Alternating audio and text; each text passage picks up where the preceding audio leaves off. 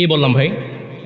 কোরআন মাহফিল থাকে, কোরআনে কি আমি বলবো না? ব্যক্তি রাতের অন্ধকারে রাস্তা দিয়ে কাজ করতো, ওই ব্যক্তি এক টাকা নিত, আর আপনি টাকা নেই।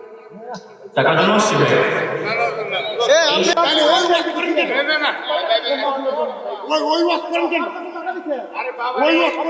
এক টাকা নিচ্ছি ভাই, এই কথা আপনারা মেহমানদেরকে এই সম্বন্ধে টাকার জন্য বলি, টাকার জন্য ওয়াজ করি।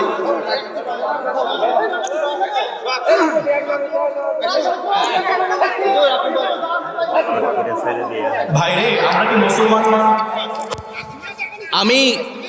আমি কোনো দলের নাম ধরে কিছু বলেছি ভাই? রাজনীতি নিয়ে কিছু বলেছি? এখানে টুপি আছে, প্রত্যেক মানুষের গায়ে টুপি আছে। মাহফিল, ওয়াজ মাহফিল ইসলামের ইতিহাসের বাইরে, চ্যালেঞ্জ করে বলছি, ইসলামের ইতিহাসের বাইরে একটা কথা বললে আমাকে আপনারা ধরবেন। কিন্তু হয়তোবা আমরাও কিছু বুঝি, হয়তোবা একটা দলের পক্ষে যায়, মানে কোরআনের শাসন বলতে আসলে বাংলাদেশ যতদিন থাকবে কোরআনের শাসন কোনোদিন আসবে না, যতদিন বাংলাদেশ হোক, সেটা দ্বারাই হোক কোরআনের শাসন বাংলাদেশে হবে না। ইসলামী শাসন আসবে বা না আসবে, আমাদেরকে কথা বলতে হবে ইসলামের জন্য। একজন মুসলমান হিসেবে বলতে হবে আপনাকে। আমি শেষ করে দিচ্ছি, আমাকে বলতে দেন, আমি শেষ করে দিচ্ছি। ঠিক আছে। এই দেশে আপনি যে মিন করলেন একটা দলের পক্ষে গিয়েছে, এই ইসলামী শাসন, কোরআনের শাসনকে শুধু জামাত ইসলাম চায়? বাংলাদেশের প্রত্যেকটা ইসলামী শাসন কোরআনের পক্ষে কথা বলে। আপনাদের বিএনপির ভাইরাও বলেছেন, সালাউদ্দিন ভাই বলেছেন, মির্জা ফখরুল ইসলাম ভাই বলেছেন কোরআনের জন্য কথা বলবেন। আমি কোরআনের কথা বলছি, আপনারা কেন আমাকে বাধা দিবেন? আমি ঠোঁটকাটা মানুষ, আমার সামনে একজন অন্যায় বলবে আমি চুপ থাকবো? এটা দায়ীর বৈশিষ্ট্য হতে পারে? ভাই বলেছেন এই দেশে কখনো ইসলামী শাসন আসবে না, না আসলো, আমার রাসূলের আদেশ। ভাই একটা জবাব দিবেন। আমি এখানে কোরআন ইতিহাসের বাহিরে একটা কথা বলেছি? যে মানুষটা আমার কথার মধ্যে ভেটো দিয়েছে, আমি মেহমান এখানে ঢাকা থেকে এসেছি, যে মানুষটা আমার কথার মধ্যে ভেটো দিয়েছে তাকে প্রকাশ্য ক্ষমা চাইতে হবে। আমি যদি কোরআনের বাহিরে, ইসলামের বাহিরে, ইতিহাসের বাহিরে, দয়া করে মায়া করে যে কাফেররা আমাকে হত্যা করার জন্য আসে, তাদের জিনিসগুলো তাদের পর্যন্ত তুমি আলী পৌঁছে দাও। আল্লাহু আকবার। আরে রসুল চিনলেন না, নবী চিনলেন না? আমার রসুল তো সেই রসুল যে কাফেররা আমার রসুলকে হত্যা করার জন্য আসতেছে। আমার রসুল আলীকে বলে, আলী এই কাফেরদের কিছু জিনিস আমার কাছে আছে, দয়া করে এই জিনিসগুলো তাদের কাছে পৌঁছে দাও। আল্লাহু আকবার। আমার রসুল নিজের জীবন দিয়ে আমানত রক্ষা করেছেন, আর আমরা তার উম্মত হয়ে চান্দাবাজি করতে ব্যস্ত হয়ে পড়েছি। আজকে কারওয়ান বাজারে ব্যবসায়ীদের হাতে চান্দাবাজরা ধাওয়া খেয়েছে। গফরগাঁওয়ে চান্দাবাজরা রেল লাইনের রাস্তাগুলো তুলে ফেলেছে। আর বোকা হয়েন না, অনেক বোকা হয়েছেন। স্বাধীনতার পরে 50 বছর হয়ে যায় আজকে। এই 50 বছরে যারাই ক্ষমতায় আসে, ক্ষমতায় আসার আগে তারা বলে আমরা তোমাদের ভাগ্যের চাকা পরিবর্তন করব। ক্ষমতায় আসার পরে দেখা যায় আমাদের জনসাধারণের ভাগ্যের চাকা পরিবর্তন করার চেয়ে তারা নিজেদের ভাগ্যের চাকা পরিবর্তন করতে ব্যস্ত হয়ে যায়। 50 বছর দেখেছেন। স্বাধীনতার পরে বাবার শাসন দেখেছেন, চাচার শাসন দেখেছেন, স্বামীর শাসন দেখেছেন, স্ত্রীর শাসন দেখেছেন, মায়ের শাসন দেখেছেন, কন্যার শাসন দেখেছেন, কিন্তু ইসলামী শাসন কেমন হয়, আল কোরআনের শাসন কেমন হয় আজ পর্যন্ত আপনারা দেখেন নাই। স্বাধীনতার পরে শেখ মুজিবের ভাষণ শুনেছি, আইয়ুবের শাসন আমল দেখেছি, জিয়া কেটেছেন খাল, এরশাদ চাচার তাল বেতাল, মাঝখানে দেখেছি শুধু হরতাল আর হরতাল।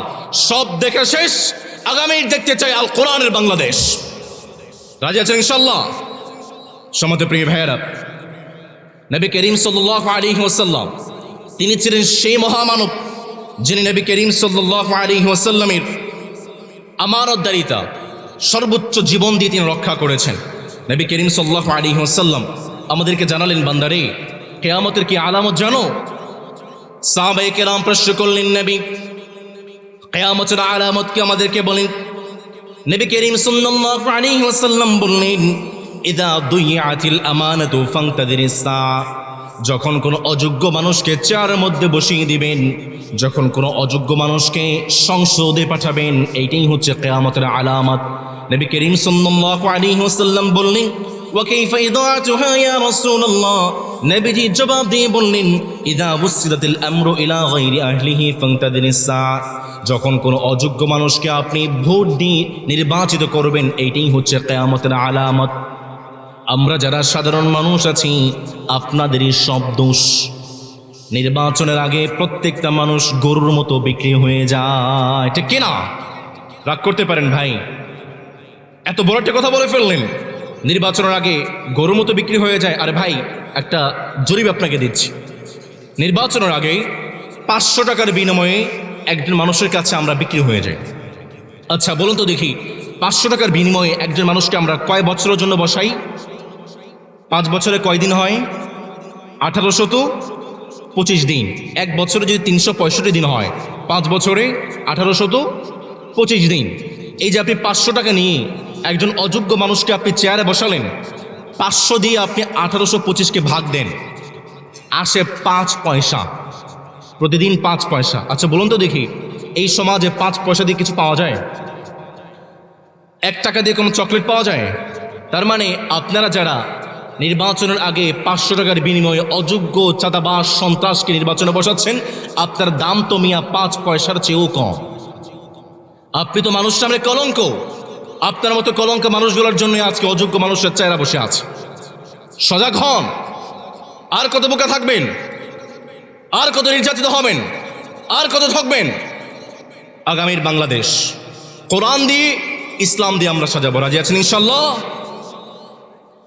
নবী করিম সাল্লাল্লাহু আলাইহি ওয়াসাল্লামের 3 নম্বর বৈশিষ্ট্য হলো আমার রাসূল আমানতদার ছিলেন।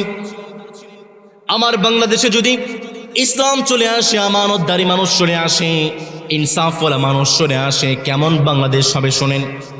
নবী করিম সাল্লাল্লাহু আলাইহি ওয়াসাল্লামের একজন বিখ্যাত সাহাবী, তার নাম হচ্ছে আবু বকর রাদিয়াল্লাহু তাআলা আনহু। আবু বকর রাদিয়াল্লাহু তাআলা আনহু তিনি যখন ক্ষমতায় এসেছেন, ক্ষমতায় আসার পরের দিন তিনি তার কার্যালয়ের বাহিরে একটা লিস্ট তিনি তৈরি করলেন। সেই লিস্টের মধ্যে মদিনার প্রত্যেকটা বিধবা নারী, প্রত্যেকটা অসহায় মানুষের নাম তিনি লিস্ট তৈরি করলেন।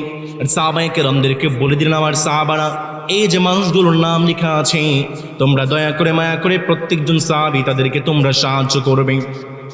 ওমর ফারুক রাদিয়াল্লাহু তাআলা আনহু তিনি মদিনা থেকে বাহিরে ছিলেন। কয়েকদিন পরে তিনি মদিনায় আসলেন।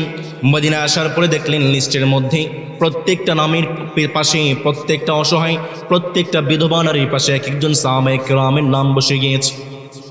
কিন্তু ওই যে নিচে একটা নাম দেখা যায়, সেই নামের পাশে এখন পর্যন্ত কোনো সাহাবীর নাম বসে নাই। ওমর ফারুক চিন্তা করলেন, আগামীকাল সকালে সেই বৃদ্ধা মহিলার বাড়িতে আমি চলে যাব, তার কাজগুলো আমি করে দেব। ওমর ফারুক রাদিয়াল্লাহু তাআলা আনহু ফজরের সালাতের পরে সেই বৃদ্ধা মহিলার বাড়িতে চলে গেলেন। দরজায় গিয়ে ঠক ঠক করে বললেন, মা, আমি আপনার কাজগুলো করে দেওয়ার জন্য হাজির হয়েছি। ভিতর থেকে সেই বৃদ্ধা মহিলা জবাব দিয়ে বলে, বাবারে, যে মানুষটা প্রতিদিন আমার কাজগুলো করে দেয়, সেই মানুষটা তো আজকেও কাজ করে দিয়ে চলে গিয়েছে, আমার কাজের কোনো প্রয়োজন নেই। ওমর ফারুক চিন্তা করলেন, ফজরে পরে আসলাম, এই জন্য মনে হয় পেলাম না, কালকে ফজরের আগে চলে আসবো। ওমর ফারুক পরের দিন ফজরের আগে চলে আসলেন। দরজায় ঠক ঠক করে বললেন, মা রে, আপনার কাজগুলো করে দেওয়ার জন্য আমি ওমর হাজির হয়েছি। ভেতর থেকে বুড়ি মা আজকেও জবাব দিয়ে বলে, বাবারে, প্রতিদিন যে মানুষটা আমার কাজগুলো করে দেয়, সেই মানুষটা তো আজকেও কাজ করে দিয়ে চলে গিয়েছে, আমার কাজের কোনো প্রয়োজন নেই।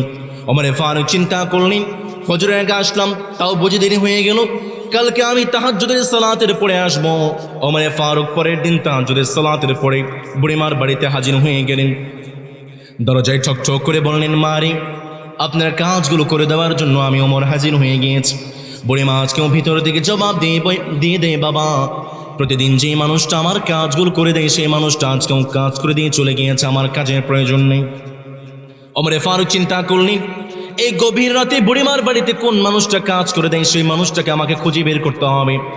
পরের দিন ওমর ফারুক সেই বৃদ্ধা মহিলার বাড়ির পিছনে একটা বাঁশ ঝাড়ের মধ্যে তিনি লুকিয়ে আছেন। গভীর রাতে কি এই বৃদ্ধা মহিলার বাড়িতে কাজ করে দেয়, খুঁজে বের করতে হবে। ওমর ফারুক যখন বাঁশ ঝাড়ের মধ্যে লুকিয়ে আছেন, গভীর রাতে, মধ্যরাতে তিনি খুঁজে দেখতে পেলেন, তিনি লক্ষ্য করলেন একজন মানুষ হাঁটি হাঁটি পা পা করে সেই বুড়িমার বাড়ির দিকে যায়। ওমর ফারুক রাদিয়াল্লাহু তাআলা আনহু চিন্তা করলেন, কি ব্যাপার, কে গভীর রাতে বৃদ্ধা মহিলার বাড়ির দিকে যায়? ওমর ফারুক এক দৌড়ে গিয়ে সেই মানুষটার পিছন থেকে জড়িয়ে ধরেছে। ওমর ফারুক যখন পিছন থেকে জড়িয়ে ধরেছেন, তার আর বুঝতে বাকি নাই প্রতিদিন মধ্যরাতে যে মানুষটা বুড়িমার বাড়িতে কাজ করে দেয় তিনি তো আর কেউ নয়, তিনি হচ্ছেন এই রাষ্ট্রের খলিফা মদিনার প্রেসিডেন্ট আবু বকর রাদিয়াল্লাহু তাআলা আনহু। ওমর ফারুক রাদিয়াল্লাহু তাআলা আনহু তিনি বললেন, আবু বকর তুমি এই রাষ্ট্রের খলিফা, একজন প্রেসিডেন্ট, অর্ধজাহানের খলিফা তুমি, অর্ধজাহানের প্রেসিডেন্ট তুমি, মধ্যরাতে বুড়িমার বাড়িতে কাজ করে দাও, সবই তো বুঝলাম, কিন্তু আবু বকর তোমার পায়ে জুতা কোথায়? তোমার কি ঠান্ডা লাগে না? আবু বকর জবাব দিয়ে বললেন, ওমর আমি তো বুড়িমার বাড়িতে কাজ করছি পৃথিবীর কোনো মানুষকে দেখানোর জন্য নয়।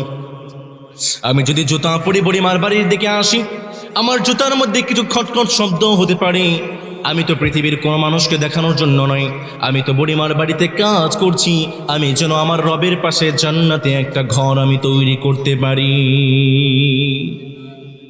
যেদিন কেহ আসবে না কারো কোনো কাজে,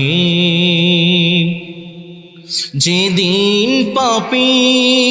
পাপের বোঝায় মরবে লাজে, পুল সিরাত পার হতে গিয়ে পিছলে যাবে কত পথিক, আবার কেহ পুণ্য নিয়ে, আবার কেহ পুণ্য নিয়ে পার হয়ে যাবে ঠিক ঠিক। সে মহাদিনে মহাক্ষণে, সে মহাদিনে মহাক্ষণে পার করে তুমি দিও মালিক তুমি জান্নাতে, তোমার পাশে আমায় একটি ঘর বানিয়ে দিও, একটি ঘর বানিয়ে দিও। চিল্লায় পড়ে না আমিন। আবু বকর রাদিয়াল্লাহু তাআলা আনহু তিনি হচ্ছেন মদিনার খলিফা, মদিনার প্রেসিডেন্ট। তিনি যেই দিন প্রেসিডেন্ট হয়েছেন, একজন ইসলামী রাষ্ট্রের খলিফা কেমন হয়, একজন ইসলামী রাষ্ট্রের প্রেসিডেন্ট কেমন হয়, খুব কান খাড়া করে শুনেন। আবু বকর রাদিয়াল্লাহু তাআলা আনহু যেই দিন ইসলামী রাষ্ট্রের খলিফা হয়েছেন, তিনি তার পরের দিন তিনি একজন ব্যবসায়ী ছিলেন। কাদের মধ্যে কাপড়ের কাঠুন নিয়ে বাজারের দিকে রওনা হয়ে গিয়েছে। পেছন থেকে ওমর ফারুক ধরে বললেন, আবু বকর এখন তোর ব্যবসা করার সময় নাই, কাজ করার সময় নাই, তুমি তো মদিনার খলিফা, মদিনার প্রেসিডেন্ট। আবু বকরকে ধরে নিয়ে গেলেন আবু উবাইদার কাছে। বছরে 2000 দিনার, পরবর্তীতে 3000 দিনার তার ভাতা নির্ধারণ করে দেওয়া হলো। আবু বকর রাদিয়াল্লাহু তাআলা আনহু ইসলামের খলিফা, ইসলামের প্রেসিডেন্ট, তিনি যখন ইন্তেকাল করলেন, একটি দাস, একটি গামলার একটি গামছা তিনি রেখে গিয়েছিলেন। তিনি যখন ইন্তেকাল করলেন, তার সমাজের প্রত্যেকটা মানুষ, তার পরিবারের মানুষদেরকে বলে গেলেন, আমি যে তিনটা জিনিস রেখে গেলাম, আমার ইন্তেকালের পরে দয়া করে মায়া করে তোমরা বাইতুল মাল কোষাগারে জমা করে দিবে। আবু বকর রাদিয়াল্লাহু তাআলা আনহু তিনি যখন ইন্তেকাল করলেন, পরিবারের মানুষদেরকে জানিয়ে দিলাম, আমার পরিবার না শুনো, সারা জীবন বাইতুল মাল থেকে, রাষ্ট্র থেকে যে বেতন ভাতা আমি আবু বকর নিয়েছি প্রেসিডেন্ট হিসাবে, আমি ইন্তেকাল করার পরে আমি আবু বকরের অস্থাবর সমস্ত সম্পত্তি বিক্রি করে দয়া করে মায়া করে আমার এই বেতন ভাতাগুলো রাষ্ট্রের কাছে তোমরা পৌঁছে দাও। আল্লাহু আকবার। রাষ্ট্রের একটা টাকা মেরে খাওয়া তো দূরের কথা, বাপরে,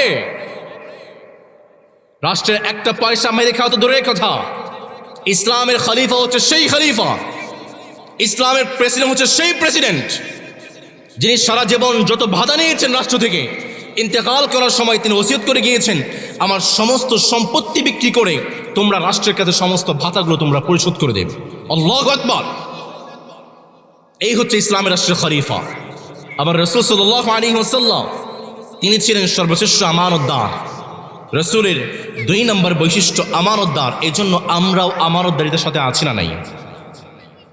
ওমর ফারুক রাদিয়াল্লাহু তাআলা আনহু একটা ঘটনা আমার মনে পড়ে যায়, বলবো। ওমর ফারুক রাদিয়াল্লাহু তাআলা আনহু তিনি যখন ইসলামী রাষ্ট্রের খলিফা হয়েছেন, প্রেসিডেন্ট হয়েছে, অর্ধজাহানের খলিফা, অর্ধজাহানের প্রেসিডেন্ট ওমর ফারুক রাদিয়াল্লাহু তাআলা আনহু, তিনি একদিন ঘরের মধ্যে মোমবাতি জ্বালিয়ে জ্বালিয়ে তিনি কাজ করছিলেন। হঠাৎ করে একজন মেহমান ওমরে ফারুকের দরজার মধ্যে কড়া নেড়ে বলল, ওমরে ফারুক ঘরের মধ্যে আছো নাকি? ওমরে ফারুক দরজাটাকে খুলে দিলেন। যে মোমবাতি জ্বালিয়ে রাষ্ট্রীয় কাজগুলো করছিলেন সেই মোমবাতিটাকে ফু দিয়ে নিভিয়ে দিয়ে আরেকটা মোমবাতি তিনি জ্বালিয়ে দিলেন। মেহমান অবাক হয়ে বলল, কে রে ওমরে ফারুক? একটা মোমবাতি জ্বালানোই ছিল, সেই মোমবাতি বন্ধ করে আরেকটা মোমবাতি জ্বালানোর কি প্রয়োজন ছিল ওমরে ফারুক? ওমরে ফারুক তিনি জবাব দিয়ে বললেন, তুমি তো আমার মেহমান, তুমি তো রাষ্ট্রের কোনো মেহমান নও।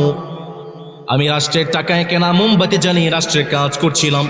যেহেতু তুমি আমার মেহমান, তুমি তো রাষ্ট্রের মেহমান নও, এই জন্য আমি তোমাকে রাষ্ট্রীয় টাকায় মোমবাতি জ্বালিয়ে মেহমানদারি নয়, বরং আমি ওমরে ফারুকের টাকায় মোমবাতি জ্বালিয়ে তোমাকে মেহমানদারি করতে চাই। এমন যদি হতো আমার দেশের শাসক হতো ওমরেরই মতো, হতো আবু বকরের মতো।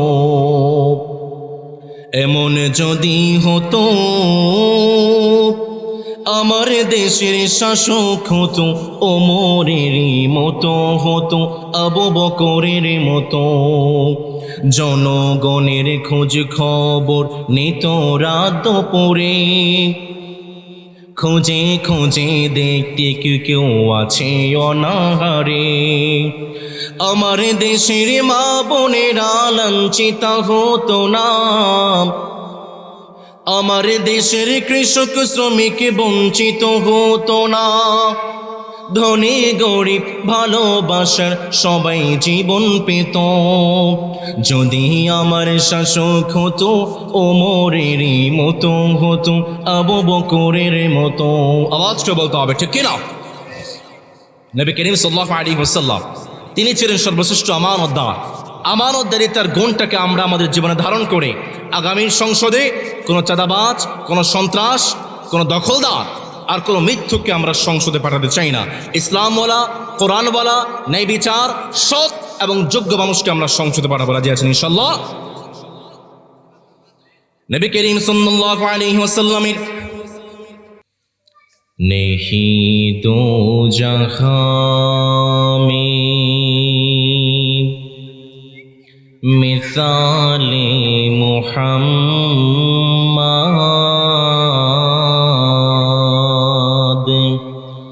जमाले खुदा है कमाले मुहम्मद, नहीं दो जहां में হৃদয় মুহাম্মদ, চেতনায় মুহাম্মদ,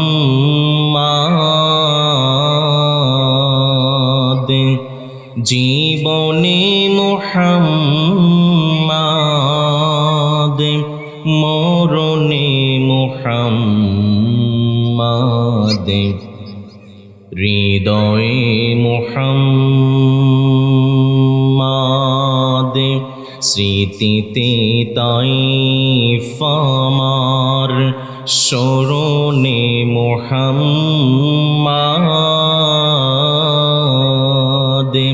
বেদনায় উহুদ আমার, প্রেরণায় মুহাম্মদ, হৃদয়ে মুহাম্মদ।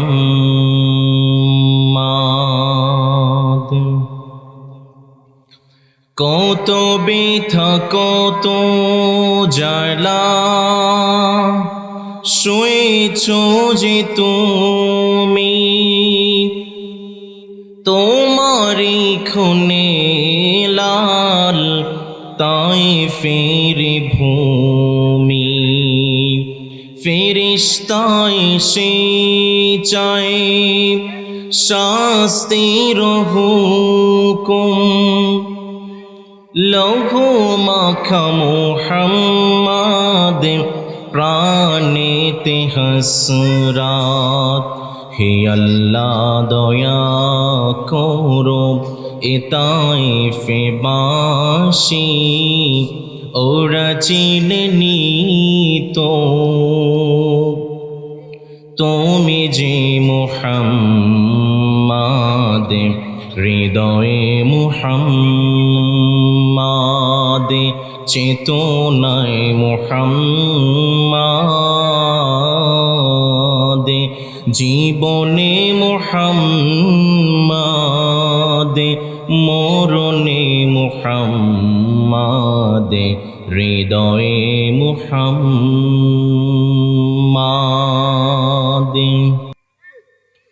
তোমারি নামে আসে মুক্তি জনতার শূন্য ধারা পায় শান্তি বারেবার তোমারি পথে চলে কত প্রাণে ঝরে যায় কাঁদি আমি সারাক্ষণ আজ সেই বেদনায় তবু জানি খুনে রাগা এ পথে তাই ফির এ পথি হলো রাহে মুহাম্মাদ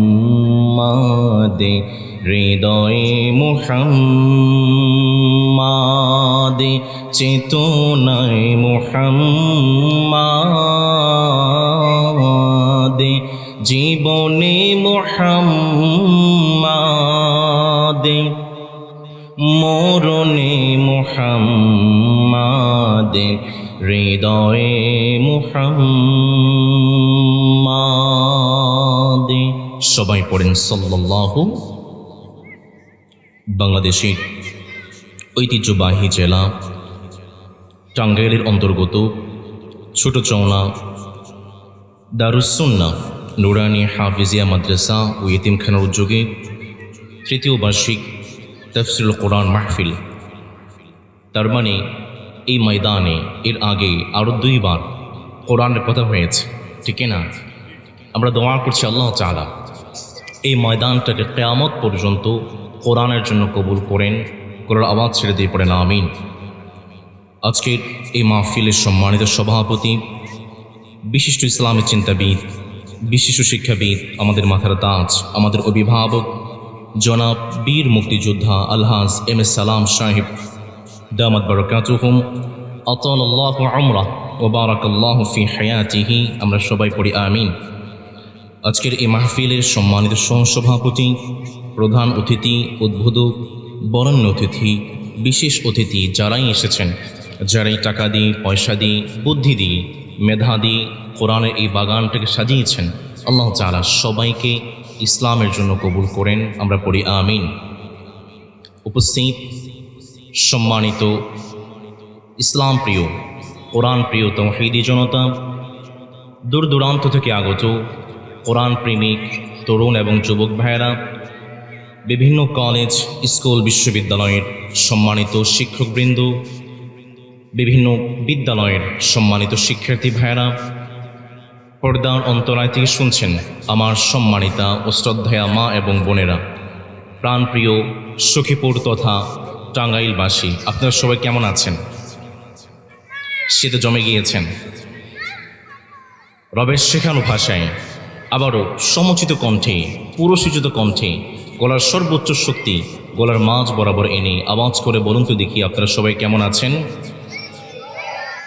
টমটম, চমচম ও শাড়ি, এই 3 মিলে টাঙ্গাইলের বাড়ি।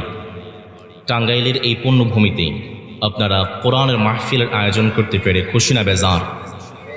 আমরা সবাই খুশি, পরিমাণেও বেশি। আমরা আবারও প্রাইভেট দরবারে শুকরিয়া আদায় করে পড়ছি, আমরা পড়ছি আলহামদুলিল্লাহ। সমতপ্রিয় ভাইয়েরা, আমরা কোনো রকম ভূমিকায় না গিয়ে সরাসরি কোরআন আল কারীম থেকে কথা শুনতে চাই। নবী করিম সাল্লাল্লাহু আলাইহি ওয়াসাল্লামের মাধ্যমে আমরা জানতে পারি, আমরা রবকে প্রশ্ন করলাম, মালিক আপনি আমাদেরকে কোরআনটা কেন দিয়েছেন? রব্বুল আলামিন সুন্দর করে বলছেন, বান্দা তোমরা যদি কোরআন পড়ো তোমরা অন্ধকার থেকে আলোর পথে যাবে, তোমরা যদি কোরআন পড়ো তোমরা জাহান্নাম থেকে জান্নাতে যাবে। সুবহানাল্লাহ পড়বেন না? সেই কথাটাকে রব্বুল আলামিন সূরাত ইব্রাহিমের 1 নম্বর আয়াতে সুন্দর করে বললেন, বান্দা শোনো, কিতাবুন আনজালনাহু ইলাইকা লিতুখরিজান নাসা মিনাল যুলুমাতি ইলান নূর। আমার রব সুন্দর করে বললেন, বান্দা শুনো, কোন একজন বান্দা যখন কোরআন আল কারীম তিলাওয়াত করবে, কোরআন অনুযায়ী নিজের জীবনটাকে গঠন করবে, সে আর জাহান্নামের পথে নয়, সে আর অন্ধকারের পথে নয়, মালিক তাকে অন্ধকার থেকে বের করে সোজাসুজি জান্নাতে ঢুকিয়ে দেয়। আমরা আমাদের রবকে প্রশ্ন করলাম, মালিক কোরআনটা দিয়েছেন, আরো কোনো কারণ আছে?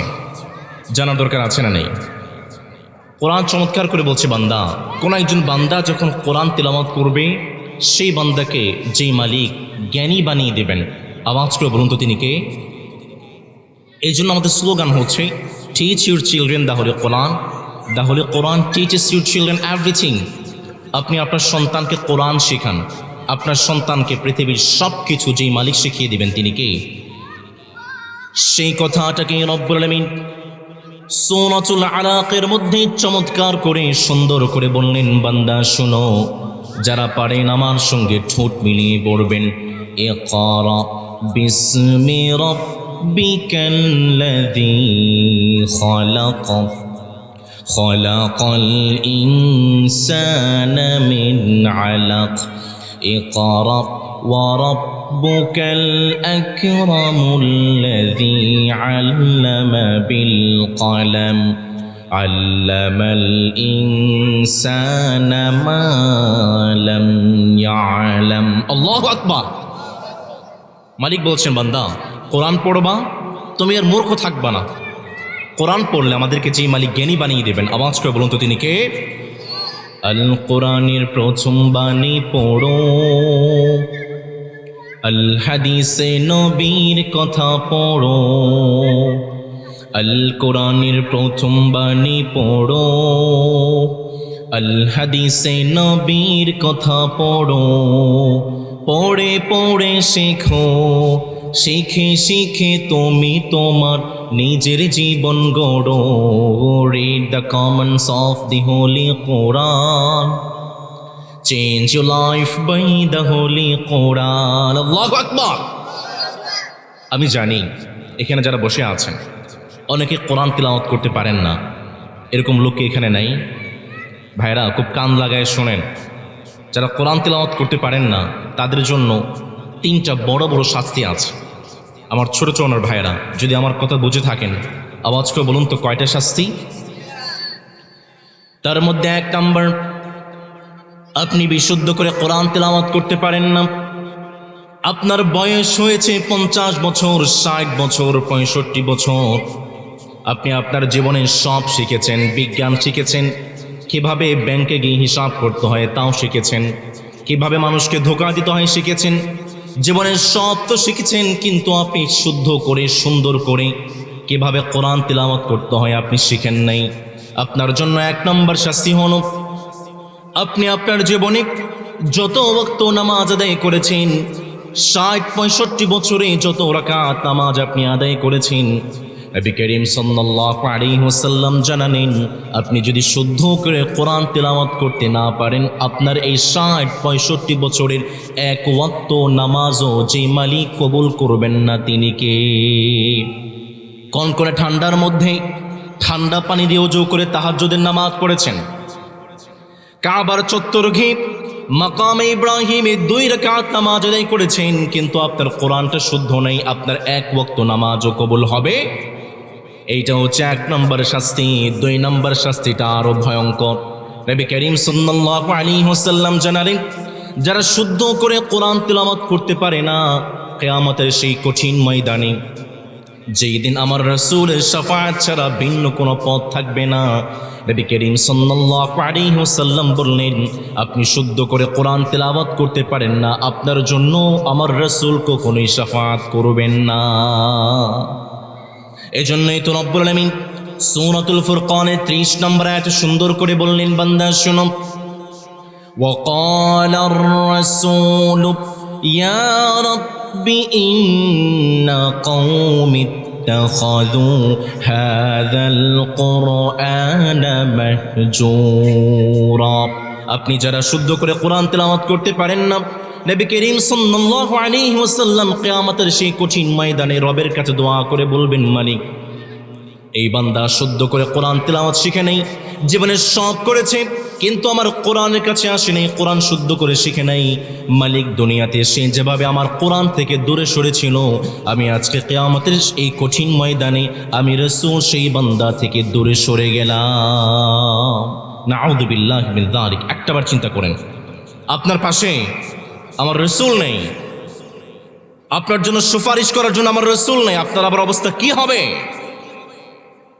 এইখানেই শেষ নয়, রব্বুল আলামিন সূরা তাহা এর মধ্যে চমৎকার করে বললেন, বান্দা শোনো, যারা শুদ্ধ করে কোরআন তেলাওয়াত করতে পারে না তাদের জন্য 3 নাম্বার শাস্তি হলো, মালিক বললেন তারা যখন কিয়ামতের সেই কঠিন ময়দানে উপস্থিত হয়ে যাবে, কবরের জগতে যখন কবরের মাটির মধ্যে যখন তাদেরকে শুইয়ে দেওয়া হবে, রব্বুল আলামিন সূরা তাহা এর মধ্যে চমৎকার করে বললেন, বান্দা শোনো, وَمَنْ أَعْرَضَ عَنْ ذِكْرِي فَإِنَّ لَهُ مَعِيشَةً ضَنكًا وَنَحْشُرُهُ يَوْمَ الْقِيَامَةِ أَعْمَى।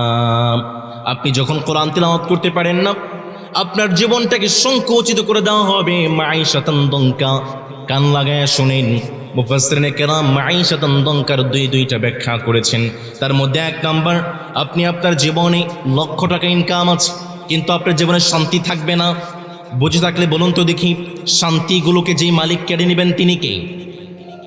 আপনি শুদ্ধ করে কোরআন তেলাওয়াত করতে পারেন না, আপনার সন্তান আপনার কথা শুনবে না, আপনার স্ত্রী আপনার কথা শুনবে না, আপনার পারিবারিক কোনো শান্তি থাকবে না, কোনো ঝামেলা শুধু লেগেই থাকবে। এই কথাটাকে মোল্লার নাকি আল্লাহর?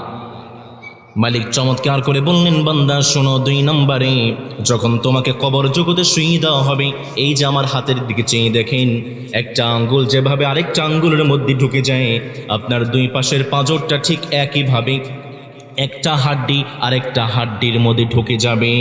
নাউযু বিল্লাহি মিন যালিক। 3 নম্বর শাস্তি হলো, আপনি যখন কিয়ামতের সেই কঠিন ময়দানে উঠবেন, আপনার চোখটাকে অন্ধ করে ফেলা হবে। রব্বুল আলামিন সুন্দর করে বললেন, বান্দা শোনো, ক্বালা রব্বি লিমা হাশারতানি আ'মা ওয়া ক্বাদ কুনতু বাসীরা قال كذلك أتتك آياتنا فنسيتها وكذلك اليوم تنسى। আমার রব জানালেন, বান্দা শোনো, তোমরা যারা কোরআন তিলাওয়াত করতে পারো না, শুদ্ধ করে কোরআন তিলাওয়াত করতে পারো না, তোমরা যখন সেই কিয়ামতের কঠিন ময়দানে উঠবে, তোমাদের দুইটা চোখকে অন্ধ করে ফেলা হবে।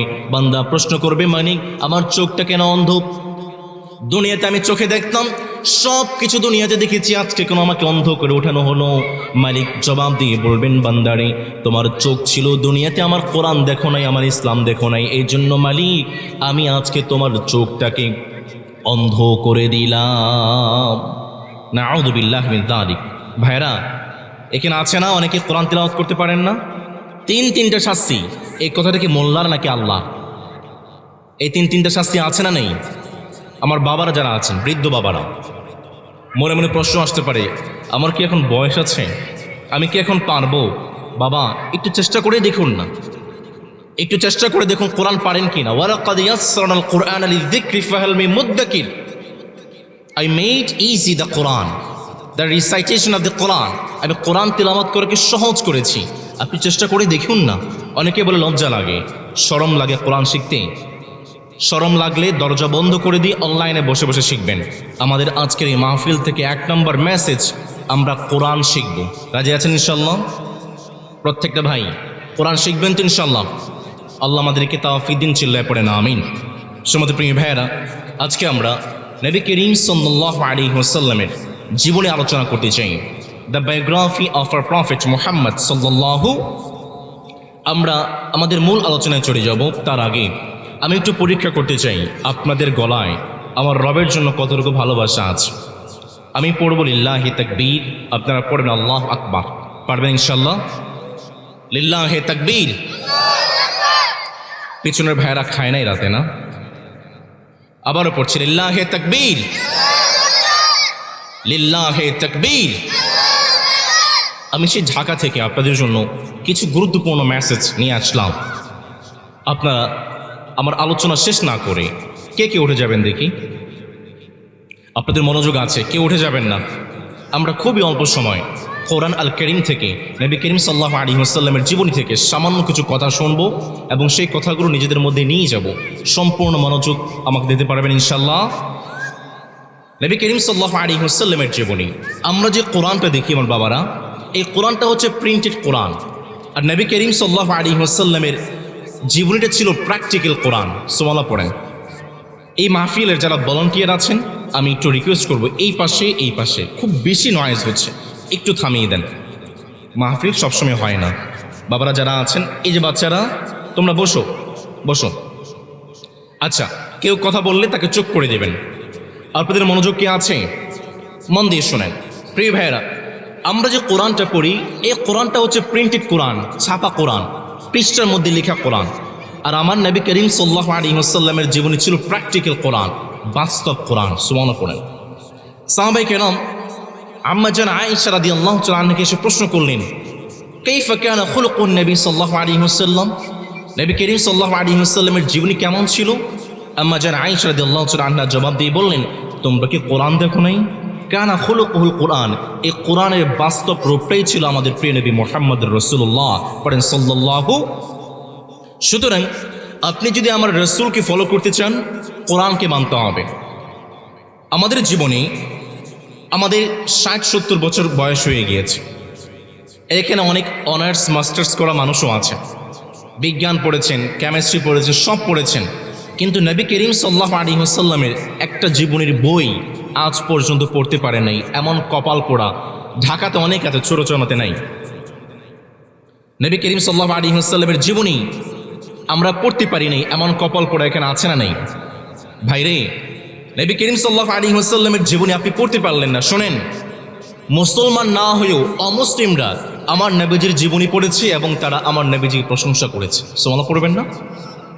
রামকৃষ্ণ রাও একজন বিখ্যাত পণ্ডিত, হিন্দু লেখক, তিনি যখন আমার রাসূল সাল্লাল্লাহু আলাইহি ওয়াসাল্লামের জীবনী পড়েছেন, তিনি কমেন্ট করেছেন, to serve man, to elevate man, to purify man, to educate man, to humanise man, this was the object of our prophet Muhammad সাল্লাল্লাহু।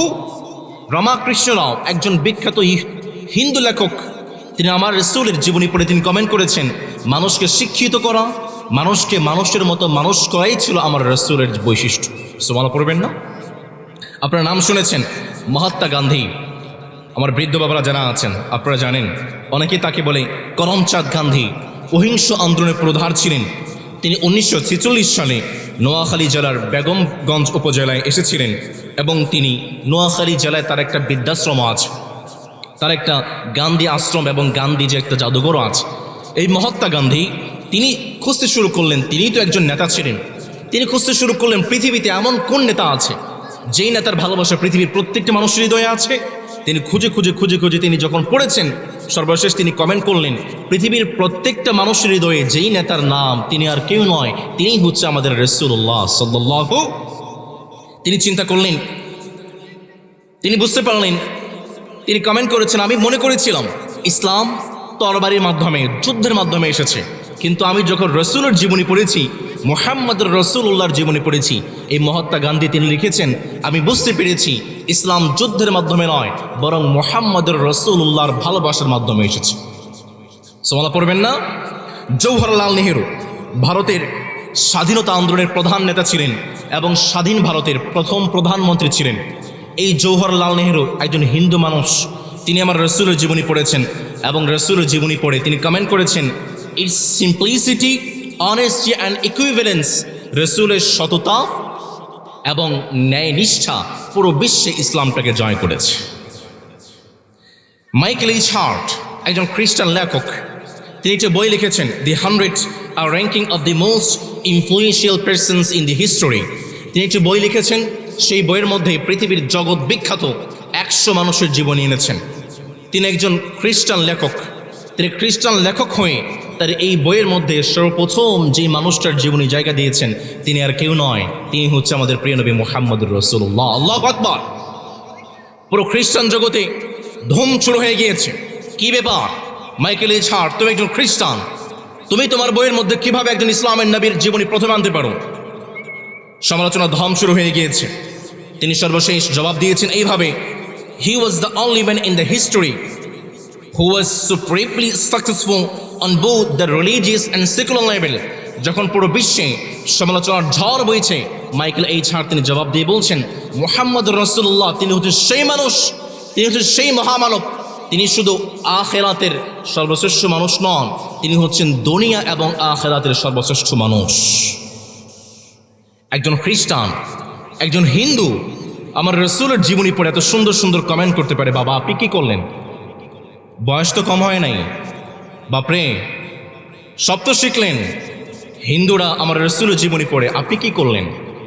আমার যুবক ভাইরা যারা আছে ওই যে পিছনে বসে আছে, যুবক ভাইরা বলবে, যদি প্রশ্ন করি ভাই আপনার মডেল কে, যুবক ভাইরা জবাব দিয়ে বলবে, হুজুর আপনি তো জানেন না, আমার মডেল তো সালমান খান, আমার মডেল তো শাহরুখ খান, আমার মডেল তো লিওনেল মেসি। যুবক ভাইকে প্রশ্ন করেন, ভাই আপনার মডেল কেন সালমান খান? যুবক ভাই জবাব দেবে, আপনি হুজুর জানেন না, হুজুর তো খ্যাত। সালমান খানের ফলোয়ার কত জানেন? সালমান খানের ফলোয়ার কোটি কোটি, 50 মিলিয়ন। শাহরুখ খানের ফলোয়ার 40 মিলিয়ন। লিওনেল মেসির ফলোয়ার 120 মিলিয়ন। আরে ভাই আপনি তো বোকার স্বর্গে বাস করছেন। সালমান খানের ফলোয়ার 20 মিলিয়ন, শাহরুখ খানের ফলোয়ার 50 মিলিয়ন, লিওনেল মেসির ফলোয়ার 120 মিলিয়ন। কিন্তু পৃথিবীতে এমন একজন মহামানব আছেন যার ফেসবুকে কোনো অ্যাকাউন্ট নেই, হোয়াটসঅ্যাপে কোনো অ্যাকাউন্ট নেই, টুইটারে কোনো অ্যাকাউন্ট নেই, এরপরও পৃথিবীর প্রায় 200 কোটি মানুষ সেই মানুষটাকে ফলো করে। সুবহানাল্লাহ পড়বেন না? তিনি আর কেউ নয়, তিনি হচ্ছেন আমাদের প্রিয় নবী মুহাম্মদুর রাসূলুল্লাহ সাল্লাল্লাহু। বাবারা যারা আমাকে শুনতেছেন, নবী করিম সাল্লাল্লাহু আলাইহি ওয়াসাল্লামের জীবনী পড়তে হবে। রাজি আছেন ইনশাআল্লাহ? আজকে আমরা নবী করিম সাল্লাল্লাহু আলাইহি ওয়াসাল্লামের জীবনী থেকে সংক্ষিপ্তভাবে মাত্র 12টা পয়েন্ট আলোচনা করব। আমরা পড়ি ইনশাআল্লাহ।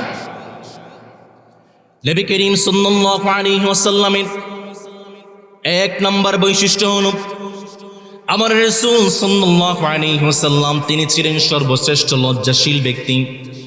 নবী করিম সাল্লাল্লাহু আলাইহি ওয়াসাল্লাম যখন হালিমাতুস সাদিয়ার ঘরে, হালিমাতুস সাদিয়া দুধমার ঘরে যখন আমার রাসূল দুধ পান করেন, ছোট্টবেলায় আমার সন্তানরা যখন একটু খেলাধুলা করে অনেক সময় লুঙ্গি খুলে যায়, ল্যাংটা অবস্থায় খেলাধুলা করে, কিন্তু আমার রাসূল তো সেই রাসূল, আমার রাসূল যখন হালিমাতুস সাদিয়ার ঘরে দুধ পান করছিলেন, আমার রাসূল সাল্লাল্লাহু আলাইহি ওয়াসাল্লাম ক্ষুধা লাগলে কান্না করতেন না, পিপাসা লাগলে কান্না করতেন না, কিন্তু আমার রাসূলের যখন ছতরটা খুলে যেত তিনি তখনই হাউমাউ করে কেঁদে ফেলতেন।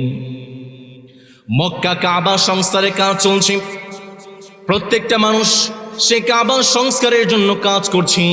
নবীজির চাচা আব্বাস রাদিয়াল্লাহু তাআলা আনহু নবীজিকে বললেন, মুহাম্মদ পড়েন সাল্লাল্লাহু। মুহাম্মদ তুমি ছোট্ট মানুষ, কাদের মধ্যে তুমি ইটগুলো মাটিগুলো তুমি বোঝা বহন করছো, তোমার তো কষ্ট হচ্ছে। মুহাম্মদ তোমার গায়ে লুঙ্গি আছে, লুঙ্গিটা তুমি খুলে ফেলো, লুঙ্গির মধ্যে পাথরগুলো ইটগুলো তুমি বহন করো, তোমার জন্য সহজ হয়ে যাবে। আবার রাসূল বললেন, না চাচা আমি তো আমার লুঙ্গিটা খুলতে পারবো না, সতরটা খুলতে পারবো না।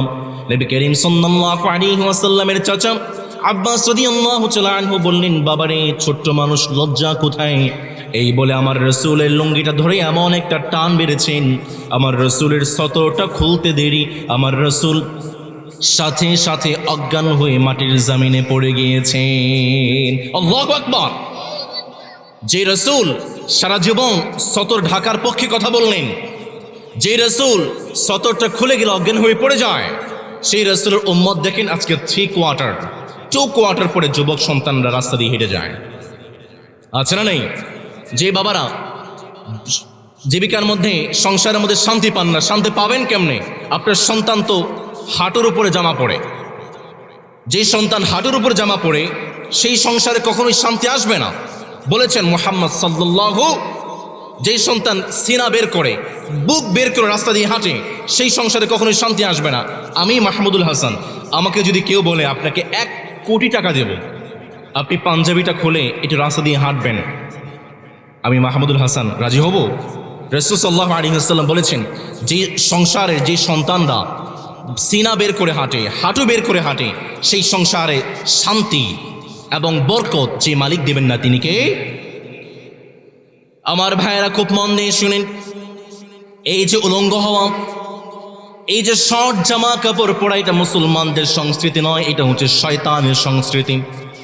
আদম আলাইহিস সালাম যখন জান্নাতে ছিলেন, আদম আলাইহিস সালামকে শয়তান ধোঁকা দেওয়ার পরে সর্বপ্রথম যেই কর্মসূচি বাস্তবায়ন করেছেন, সেই কর্মসূচি হচ্ছে আদমকে ল্যাংটা করে ফেলেছে, উলঙ্গ করে ফেলেছে। সেই কথাটাকে রব্বুল আলামিন সুন্দর করে বললেন, বান্দা শুনো, ইল্লা আন তাকুনা মালাকাইনি আও তাকুনা মিনাল খালিদিন।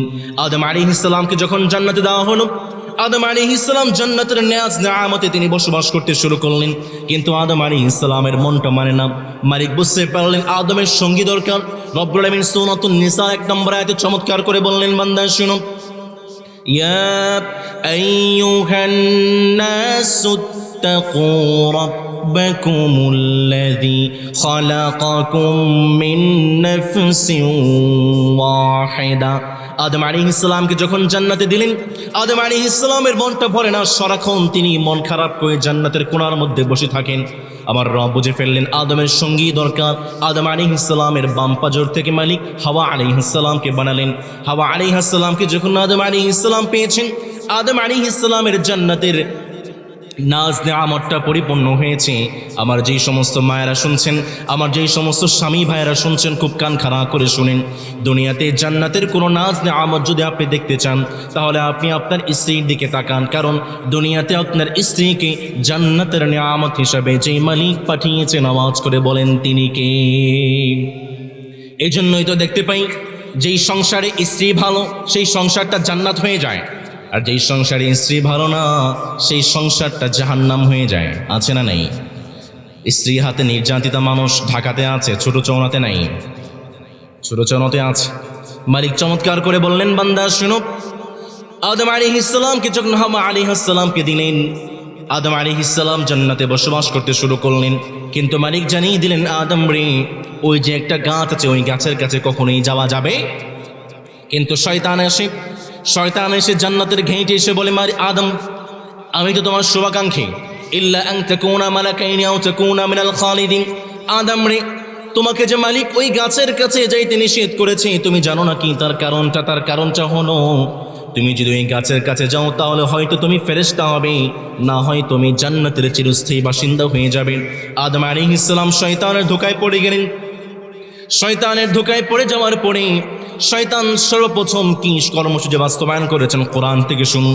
রব্বুল আলামিন সুন্দর করে বললেন, বান্দা শুনুন, ফালাম্মা যাকাশ শাজারাতা বাদাত লাহুমা সাওআতুহুমা وطفقا يخصفان عليهما من ورق الجنة। আদম আলাইহিস সালাম যখন শয়তানের ধোঁকায় পড়ে গিয়েছে, শয়তান সর্বপ্রথম আদম আলাইহিস সালামের শরীর থেকে কাপড়টা খুলে নিয়েছে। আমার রব মুসলমানদেরকে জানিয়ে দিলেন, মুসলমান শোনো, শয়তানের ধোঁকায় পড়ে আদম আলাইহিস সালাম যখন তার শরীর থেকে জামা কাপড় খুলে যায়, আদম আলাইহিস সালামকে জান্নাত থেকে বের করে দেওয়া হয়। মালিক জানিয়ে দিলেন, তোমরা যারা জান্নাতি হতে চাও, শয়তানের ধোঁকায় পড়ার, শয়তানের ধোঁকা থেকে বাঁচার দরকার আছে না নাই? তোমরা যারা জান্নাতি হতে চাও, আদম যেভাবে কাপড় খুলে জান্নাত থেকে বের হয়ে গিয়েছে, এই কাজ কখনোই করা যাবে না, ঠিক কি না?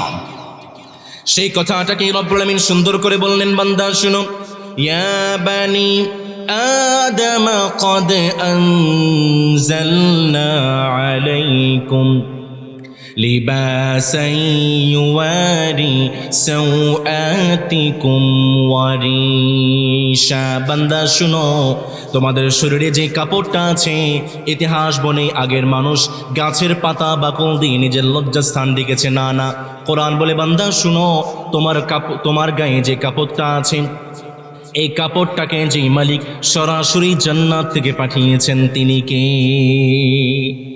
জান্নাতের অন্যতম একটা নিদর্শন হচ্ছে আপনার গায়ের কাপড় জান্নাতের অন্যতম একটা নিয়ামত হচ্ছে আপনার গায়ের কাপড় এই জন্যই তো মালিক সুন্দর করে চমৎকার করে বললেন বান্দা শোনো ইয়া বানি আদম লা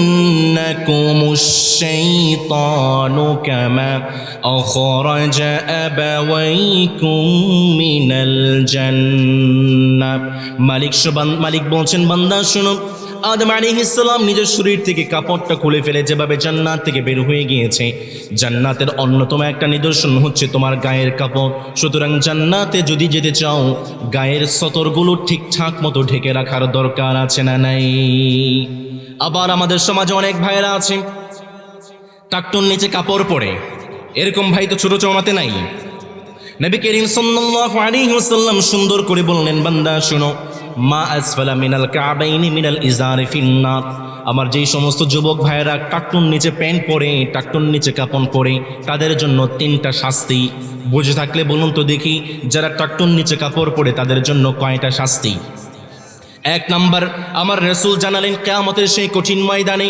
যারা টাকটুন নিচে কাপড় পরবে রব তাদের দিকে ফিরেও তাকাবেন 2 নম্বরে যারা টাকটুন নিচে কাপড় পরিধান করে রব তাদের সঙ্গে কথা বলবেন না 3 নম্বরে যারা টাকটুন নিচে কাপড় পরিধান করে রব তাদেরকে পবিত্র করবেন না 4 নম্বরে যারা টাকটুন নিচে কাপড় পরিধান করে রব তাদেরকে কখনোই ক্ষমা করবেন না নাউযু বিল্লাহি মিন যালিক টাকটুন নিচে কাপড় পরিধানকারী এই মাহফিল আছে না নেই যদি টাকটুন নিচে কাপড় পরিধান করেন শাস্তি কয়টা আবার অনেক ভাইরা আছেন ফেসবুকে বইয়ের ছবি দেয় আছে না নেই আপনাদের ফেসবুক আছে আচ্ছা বলুন তো দেখি ফেসবুক এটা কি প্রাইভেট নাকি পাবলিক আচ্ছা আপনার বউ এটা কি প্রাইভেট নাকি পাবলিক আপনি আপনার প্রাইভেট জিনিসটাকে পাবলিকে দিলেন তার মানে আপনি আপনার প্রাইভেট বউটাকে পাবলিক করে ফেললেন ঠিক না বউয়ের ছবি নির্লজ্জ বেহায়া আর বেশরম ছাড়া অন্য কেউ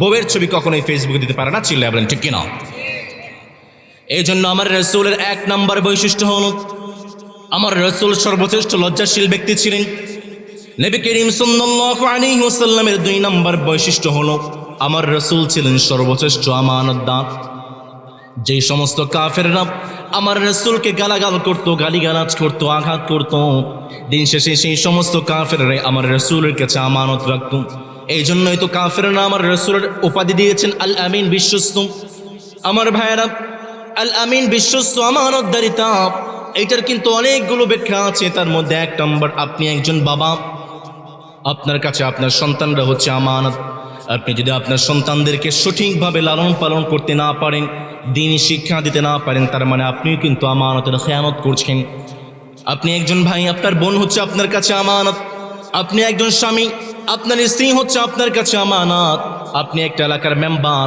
সেই এলাকার প্রত্যেকটা মানুষ আপনার কাছে আমানত আপনি একটা এলাকার চেয়ারম্যান সে এলাকার প্রত্যেকটা মানুষ আপনার কাছে আমানত আপনি একটা এলাকার এমপি সে এলাকার প্রত্যেকটা মানুষ আপনার কাছে আমানত সুতরাং আপনার এলাকায় একজন মানুষ যদি না খেয়ে থাকে একজন মানুষ যদি অভুক্ত থাকে কষ্ট পায় কিয়ামতের সেই কঠিন ময়দানে যেই রবের কাছে জবাবদিহিতা করতে হবে আওয়াজ করে বলুন তো তিনি কে আমার রাসূল তো সেই রাসূল যিনি তার জীবন দিয়ে তিনি আমানতগুলোকে রক্ষা করেছেন দারুন নাদওয়া মক্কার সংসদে আইন পাশ হয়ে গিয়েছে সবাই সংসদে বসে গিয়েছেন মুহাম্মদকে হত্যা করতে হবে একজন বলে মুহাম্মদকে তাহলে জেলখানার মধ্যে বন্দি করে দাও ইবলিস বলে না না মুহাম্মদকে যদি জেলখানার মধ্যে বন্দি করে দাও তাহলে মুহাম্মদের যে অনুসারীরা আছে কালকে জেলখানা থেকে ভেঙ্গে তাকে বের করে নিয়ে যাবে আরেকজন কাফের বলে তাহলে মুহাম্মদকে জেলখানায় নয় বরং দেশ থেকে বের করে দাও ইবলিস বলে কি বলো বোকার লোকেরা তোমরা যদি মুহাম্মদকে দেশ থেকে বের করে দাও মুহাম্মদের যে মিষ্টি মিষ্টি কথা কালকেই তো তার অনুসারীদেরকে নিয়ে মক্কায় হামলা করবে আবু জেহেল বলে ঠিক আছে আমার কাছে কোনো 9-6 নাই আমার কাছে ডাইরেক্ট অ্যাকশন মুহাম্মদকে হত্যা করতে হবে, নাউযুবিল্লাহ পড়বেন না? নবী করিম সাল্লাল্লাহু আলাইহি ওয়াসাল্লামের ঘরের চারপাশ ঘেরাও করে ফেলা হয়েছে। নবী করিম সাল্লাল্লাহু আলাইহি ওয়াসাল্লাম রবের কাছে দোয়া তুলে দোয়া করে বললেন, মালিক, আমার ঘরের চারপাশে কাফেররা ঘেরাও করে ফেলেছে, আমাকে দুনিয়ার কেউ বাঁচাতে পারে না।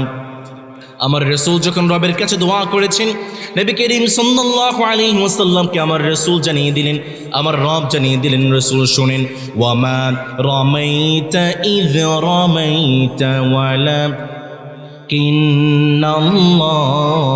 রামা।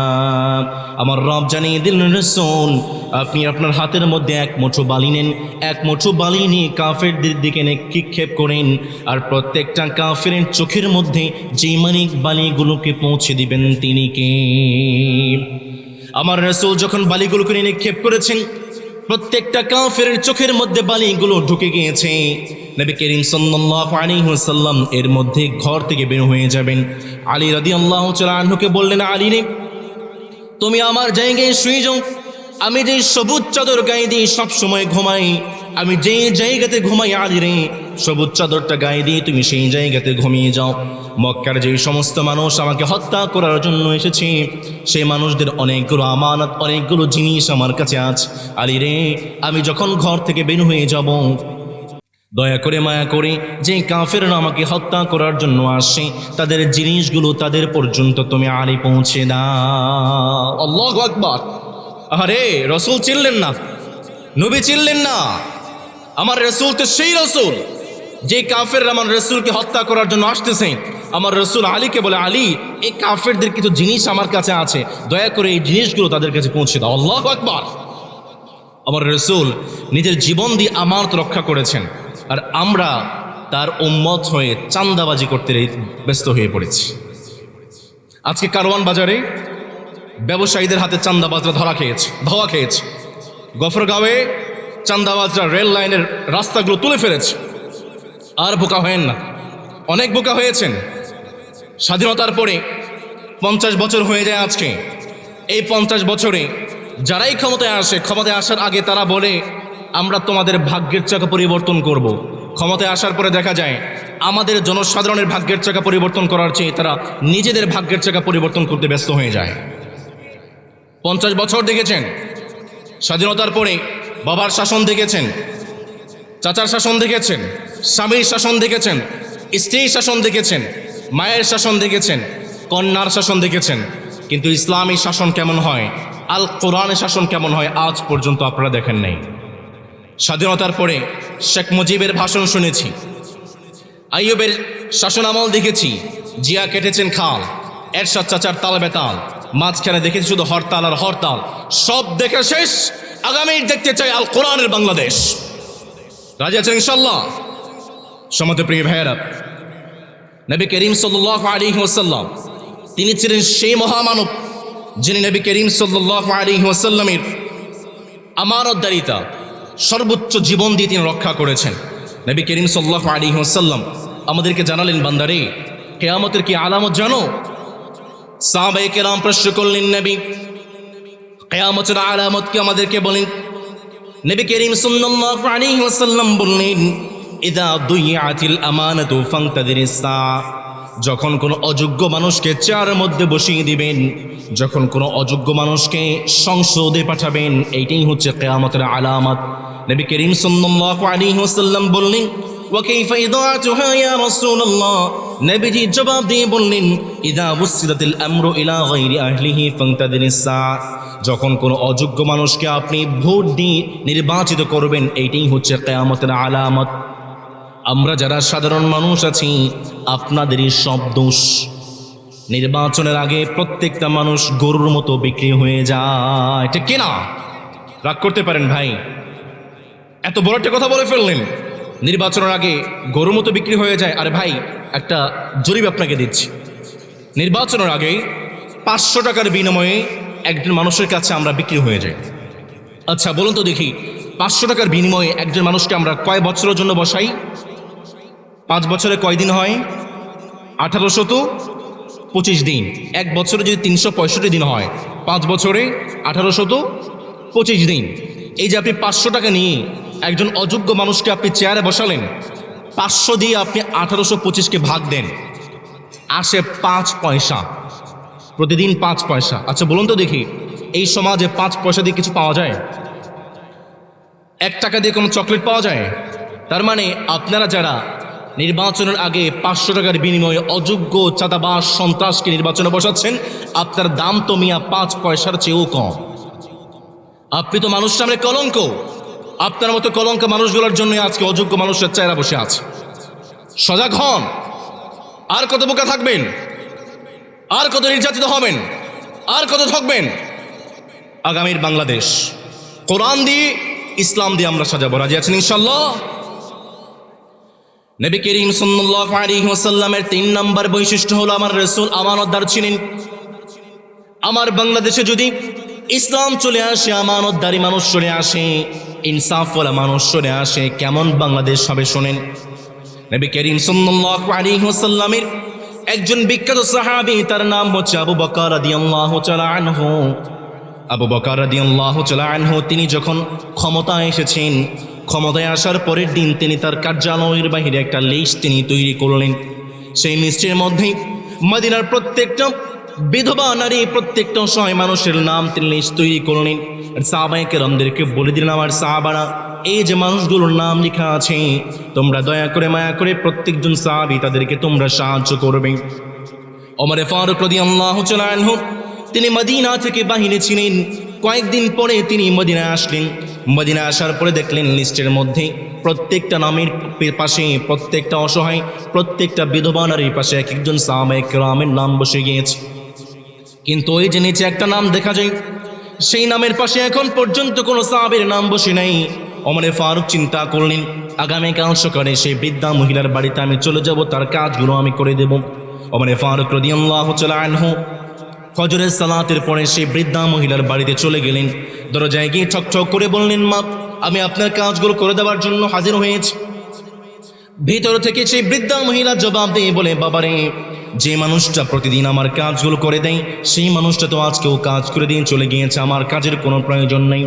ওমর ফারুক চিন্তা করলেন, ফজরে পরে আসলাম, এই জন্য মনে হয় পেলাম না, কালকে ফজরের আগে চলে আসবো। ওমর ফারুক পরের দিন ফজরের আগে চলে আসলেন। দরজায় ঠক ঠক করে বললেন, মা রে, আপনার কাজগুলো করে দেওয়ার জন্য আমি ওমর হাজির হয়েছি। ভেতর থেকে বুড়ি মা আজকেও জবাব দিয়ে বলে, বাবারে, প্রতিদিন যে মানুষটা আমার কাজগুলো করে দেয়, সেই মানুষটা তো আজকেও কাজ করে দিয়ে চলে গিয়েছে, আমার কাজের কোনো প্রয়োজন নেই। ওমর ফারুক চিন্তা করলেন, ফজরের আগে আসলাম, তাও বুঝে দেরি হয়ে গেল, কালকে আমি তাহাজ্জুদের সালাতের পরে আসবো। ওমর ফারুক পরের দিন তাহাজ্জুদের সালাতের পরে বুড়িমার বাড়িতে হাজির হয়ে গেলেন। দরজায় ঠক ঠক করে বললেন, মা রে, আপনার কাজগুলো করে দেওয়ার জন্য আমি ওমর হাজির হয়ে গিয়েছি। বুড়িমা আজকেও ভিতর দিকে জবাব দিয়ে দেয়, বাবা, প্রতিদিন যে মানুষটা আমার কাজগুলো করে দেয়, সেই মানুষটা আজকেও কাজ করে দিয়ে চলে গিয়েছে, আমার কাজের প্রয়োজন নেই। ওমর ফারুক চিন্তা করলেন, এই গভীর রাতে বুড়িমার বাড়িতে কোন মানুষটা কাজ করে দেয়, সেই মানুষটাকে আমাকে খুঁজে বের করতে হবে। পরের দিন ওমর ফারুক সেই বৃদ্ধা মহিলার বাড়ির পিছনে একটা বাঁশ ঝাড়ের মধ্যে তিনি লুকিয়ে আছেন। গভীর রাতে কে এই বৃদ্ধা মহিলার বাড়িতে কাজ করে দেয়, খুঁজে বের করতে হবে। ওমর ফারুক যখন বাঁশ ঝাড়ের মধ্যে লুকিয়ে আছেন, গভীর রাতে, মধ্যরাতে তিনি খুঁজে দেখতে পেলেন, তিনি লক্ষ্য করলেন একজন মানুষ হাঁটি হাঁটি পা পা করে সেই বুড়িমার বাড়ির দিকে যায়। ওমর ফারুক রাদিয়াল্লাহু তাআলা আনহু চিন্তা করলেন, কি ব্যাপার, কে গভীর রাতে বৃদ্ধা মহিলার বাড়ির দিকে যায়? ওমর ফারুক এক দৌড়ে গিয়ে সেই মানুষটার পিছন থেকে জড়িয়ে ধরেছে।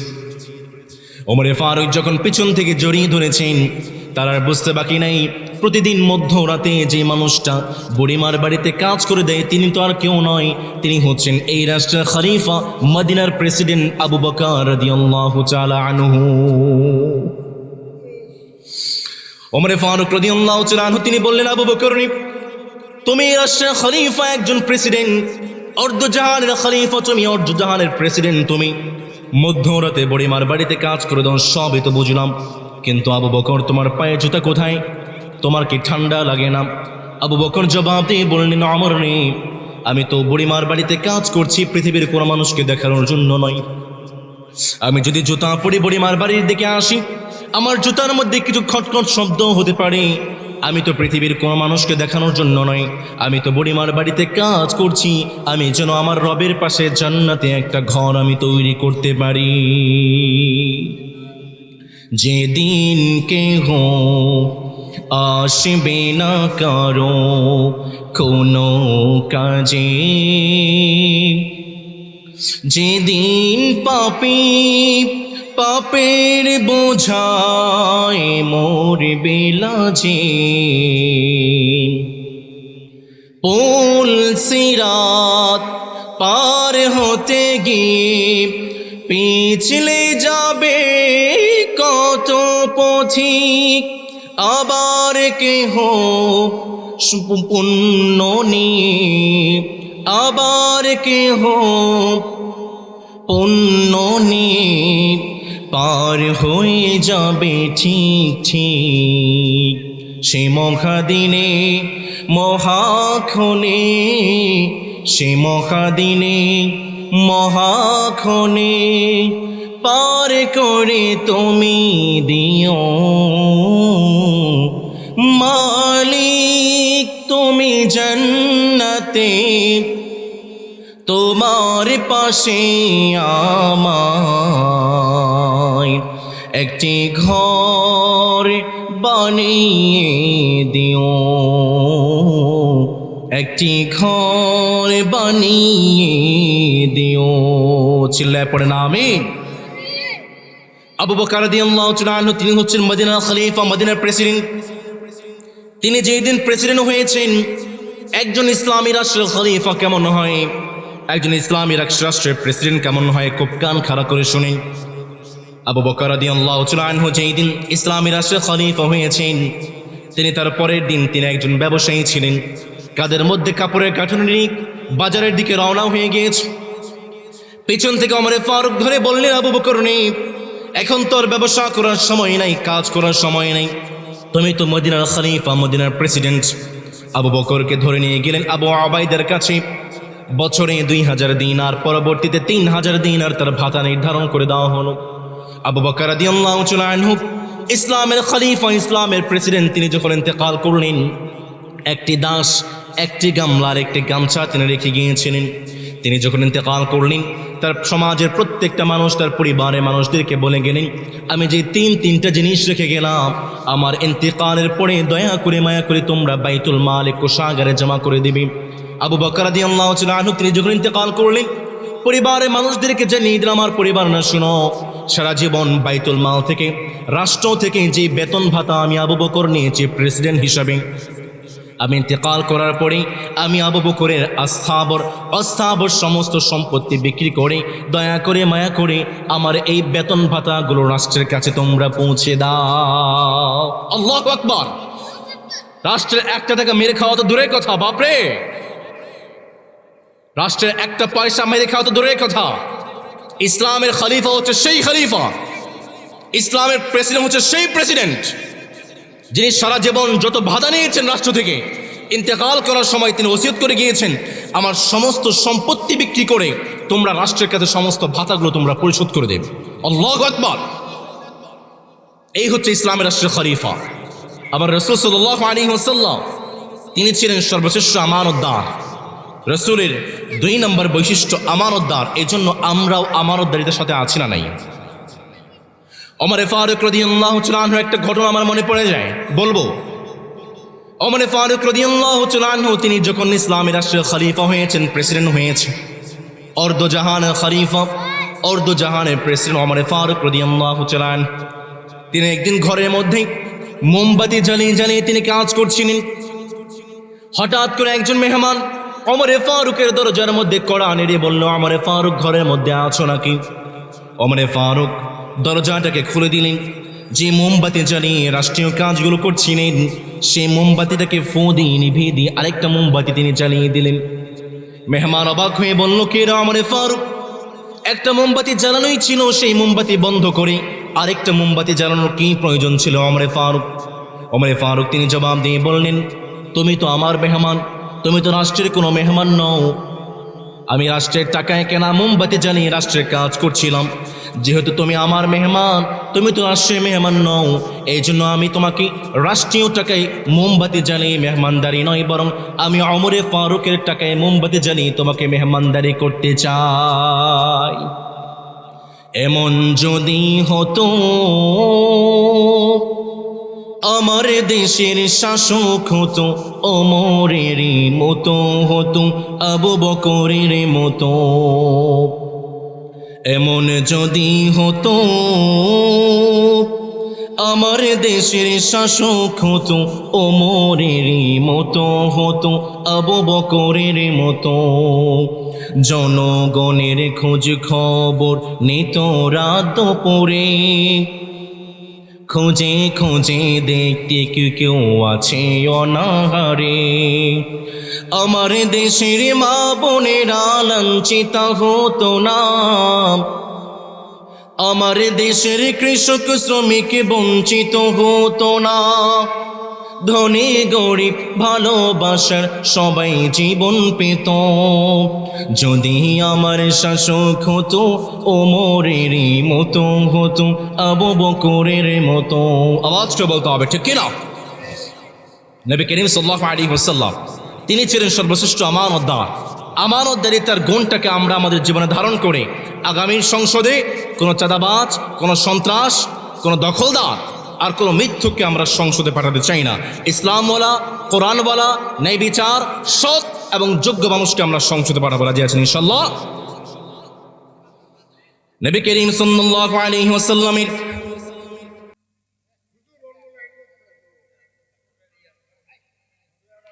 কি বললাম ভাই জি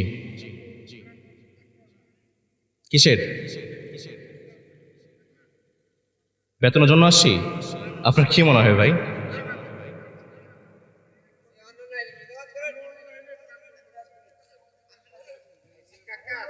আচ্ছা আমি কি রসুলের জীবনী বাদ দিয়ে কোরআন বাদ দিয়ে অন্য কোনো কথা বলেছি বলতে পারবেন না আপনি ওইভাবে ওই ভোট চাইছে রাষ্ট্রপ্রাণকে আপনি ওয়াজ করে এটা কিসের মাহফিল কোরআন মাহফিল থাকে কোরআনে কি আমি বলবো না ব্যক্তি রাতের অন্ধকারে রাষ্ট্রে দিয়ে কাজ করতো ওই ব্যক্তি এক টাকাও নিত আর আপনি এখানে টাকা নেই টাকার জন্য আসছি ভাই ওই ওয়াজ করেন কেন ওই ওয়াজ করেন কেন এক টাকা নিছি ভাই এই কথা আপনারা মেহমানদেরকে এই সম্বন্ধে টাকার জন্য বলি টাকার জন্য ওয়াজ করি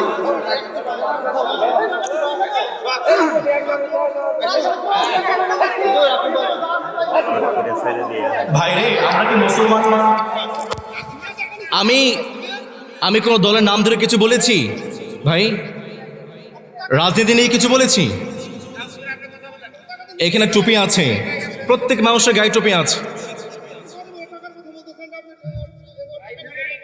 মাহফিল ওয়াজ মাহফিল ইসলামের ইতিহাসের বাইরে চ্যালেঞ্জ করে বলছি ইসলামের ইতিহাসের বাইরে একটা কথা বললে আমাকে আপনারা ধরবেন এক মিনিট এই মেহমান সম্মান দিলেন আপনারা সম্মানিত সুধী আমরা আসলে বক্তা আনছি আমরা এমন কোন আচরণ যেন না করি কেউ এখানে আমার সবাই মুরব্বী কেউ আমার বড় ভাই কেউ চাচা কেউ মামা আমার দয়া করে সকলের পায়ে আমি বিনীতভাবে হাত দিয়ে অনুরোধ করলাম কেউ আমরা যেন ওনাকে অসম্মান না করি হ্যাঁ আমি হুজুরের বলে দেব বলতেছি আমরা যে সমস্ত ওয়াজ বা নির্বাচন সম্পর্কে ঠিক আছে হুজুর এভাবে আসলে দলীয় কোনো নাম বলে নাই ঠিক আছে কিন্তু হয়তোবা একটা আমরাও কিছু বুঝি হয়তোবা একটা দলের পক্ষে যায় মানে কোরআনের শাসন বলতে আসলে বাংলাদেশ যতদিন থাকবে কোরআনের শাসন কোনোদিন আসবে না তেতুলি কর্মতে আসুক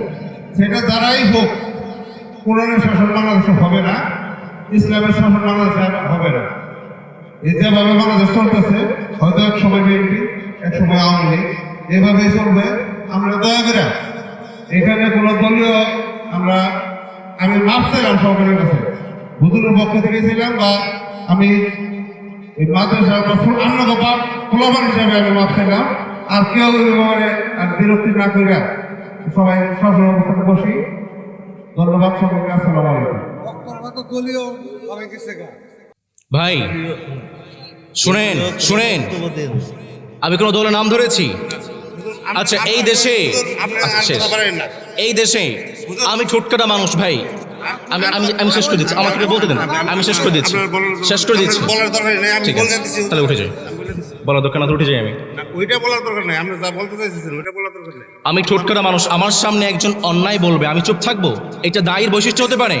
ভাই বলেছেন এই দেশে কখনো ইসলামী শাসন আসবে না, না আসলো। আমার রাসূলের আদেশ, ইসলামী শাসন আসবে বা না আসবে আমাদেরকে কথা বলতে হবে ইসলামের জন্য। একজন মুসলমান হিসেবে বলতে হবে আপনাকে। এই দেশে আপনি যে মিন করলেন একটা দলের পক্ষে গিয়েছে, এই ইসলামী শাসন কোরআনের শাসনকে শুধু জামাত ইসলাম চায়? বাংলাদেশের প্রত্যেকটা ইসলামী শাসন কোরআনের পক্ষে কথা বলে। আপনাদের বিএনপির ভাইরাও বলেছেন, সালাউদ্দিন ভাই বলেছেন, মির্জা ফখরুল ইসলাম ভাই বলেছেন কোরআনের জন্য কথা বলবেন। আমি কোরআনের কথা বলছি, আপনারা কেন আমাকে বাধা দিবেন? না না, তা বলা যাবে না, বুড়ের দিকে আমরাই করি না। এইখানে কোরআনের সম্পর্কে বলা যাবে। আপনাদের কারা ভালো কারা মন্দ দয়া করে নির্বাচন ভোট সম্পর্কে কোনো আলোচনা করবেন না। আপনাদের- কোরআনের আলোচনা করেন, আমরা ইসলামের যত আলোচনা করেন করি নাই। হুজুর করেন, কিন্তু দয়া করে ভোট বা নির্বাচন সম্পর্কে কোনো আলোচনা করবেন না। নির্বাচন এটা জনগণ বুঝবো। বুড়ের আলাবার জন্য আপনি তাফসীর করেন, কোরআনের যত তাফসীর আছে করেন, ইসলাম কি চায়, কি শিক্ষা দিতে চায় আমাদের আপনি বলেন, সবই বলেন। কিন্তু আমি কি কোনো বাইরে একটা কথা বলেছি ভাই? কোনো দলের নাম একজন বলতে পারবে? বলছেন কোনো আপনারা দলের নামই বলেন নাই। বলেন না, বলে নাই। বলেন কোনটা বলেছে কোরআনের বিপক্ষে? একটা বলে, একটা কথা বলেন। আমি ইসলামের বিরুদ্ধে একটা কথা বলেছি, বলেন। হুজুরের হয়তোবা ইসলামের পক্ষে, কোরআনের পক্ষে ভোট চাইছে, এটা আসলে হুজুর এভাবে না। নির্বাচন সামনে আপনার বক্তা, আমরা সম্মান করি। আপনি এই নির্বাচন সম্পর্কে আপনি ইসলামের জন্য ভোট চান, কিন্তু সামনে নির্বাচন আসতেছে, আপনি কোরআনের পক্ষে। এখানে মানুষ কিছু বোঝে তো, এই কারণে এটা প্রতিবাদ করছে, হুজুর প্রতিবাদ করছে। আপনার মানুষের প্রতিবাদটাই মাথায় রেখে আপনি সুন্দরভাবে কোরআনের তাফসীর, ইসলামের আইন সম্পর্কে আপনি ওয়াজ করেন, সমস্যা নেই। আসসালামু আলাইকুম। ভাই একটা জবাব দিবেন। আমি এখানে কোরআন ইতিহাসের বাইরে একটা কথা বলেছি? যে মানুষটা আমার কথার মধ্যে ভেটো দিয়েছে, আমি মেহমান এখানে ঢাকা থেকে এসেছি, যে মানুষটা আমার কথার মধ্যে ভেটো দিয়েছে তাকে প্রকাশ্য ক্ষমা চাইতে হবে। আমি যদি কোরআনের বাহিরে, ইসলামের বাহিরে, ইতিহাসের বাহিরে একটা কথা বলি, আমি কান ধরে ক্ষমা চাইবো। আর যে আমার কথার মধ্যে ভেটো দিয়েছে তাকে এখানে ক্ষমা চাইতে হবে। আচ্ছা, হের পক্ষ থেকে আমি ক্ষমা চাই। না না, তাকে ক্ষমা চাইতে, আপনি বলেন নাই ভাই যে আমার কথার মধ্যে ভেটো দিয়েছে তাকে ক্ষমা চাইতে হবে। আমি ইসলামের বাইরে একটা কথা বলি নাই। ক্ষমা চাইছে, আবার হের পক্ষে ক্ষমা চাইতেছে। আপনারা চুপ থাকে। আপনার ওয়াজ করেন।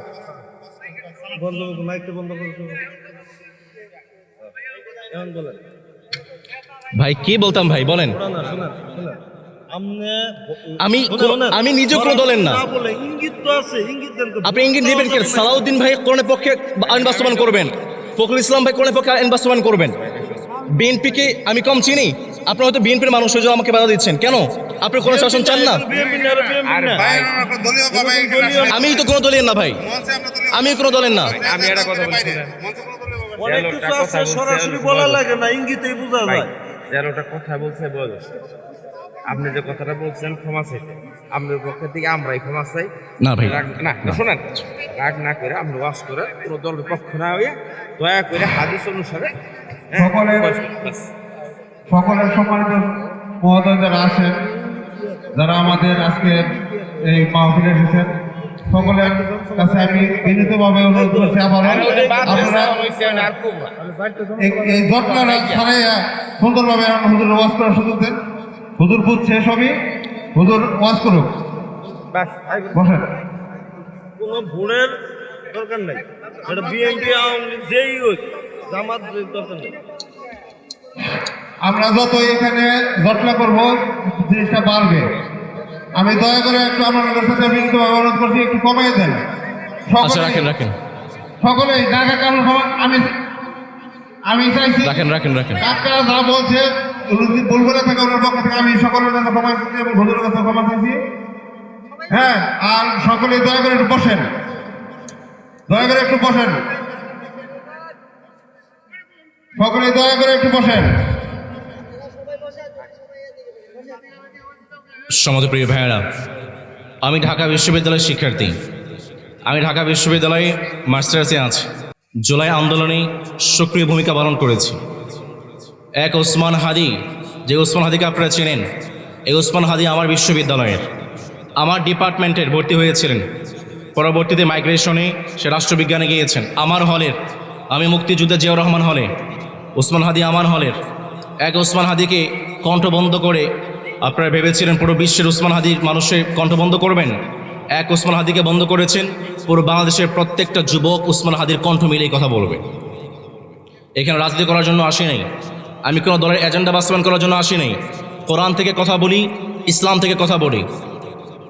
আওয়ামী লীগের সময়েও আজ পর্যন্ত আমার মাহফিলে কেউ বাধা দিতে পারে নাই, কারণ আমি প্রত্যেকটা কথা রেফারেন্স দিয়ে কথা বলি, রেকর্ড আছে এখানে। একটা কথা যদি আমি কোরআনের আয়াতের বিরুদ্ধে বলি, একটা কথা ইতিহাসের বিরুদ্ধে বলি, আপনারা আমার গলা চেপে ধরবেন।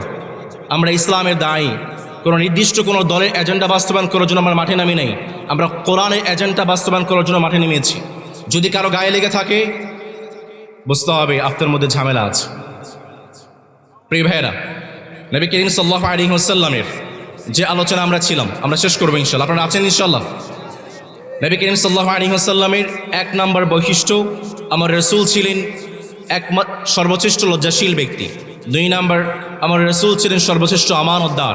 আমার রাসূল 10 বছর মদিনা রাষ্ট্র কোরআন দিয়ে পরিচালনা করেছেন। কেউ যদি বলতে চায় আমার বাংলাদেশ কোরআন দিয়ে রাষ্ট্র পরিচালনা সম্ভব নয়, ইসলামী রাষ্ট্র সম্ভব নয়, সেজন্য আমার রাসূলকে অস্বীকার করছে। আমার রাসূল 10 বছর মদিনা রাষ্ট্র পরিচালনা করেছেন কোরআন দিয়ে, ইসলাম দিয়ে।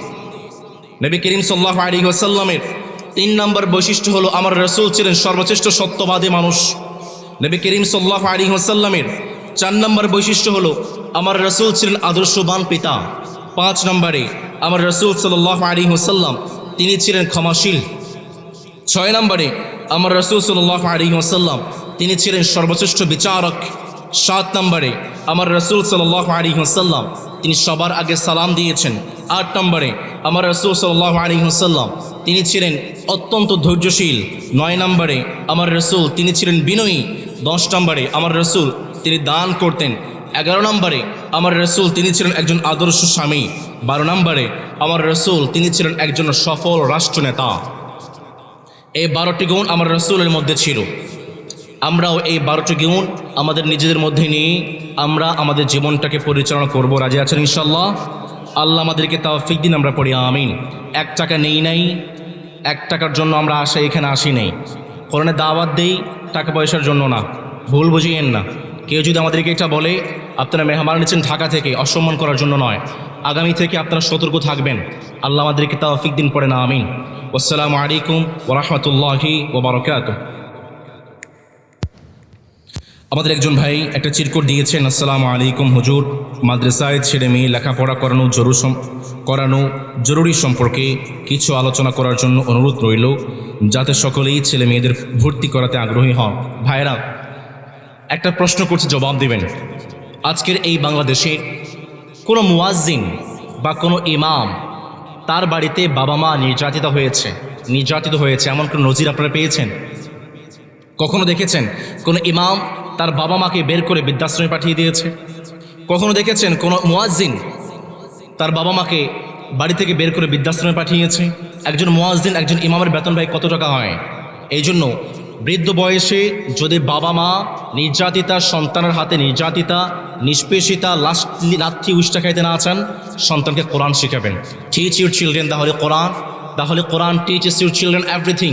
আপনি আপনার সন্তানকে কোরআন শেখান, আপনার সন্তানকে কোরআন সব কিছু শেখাবে।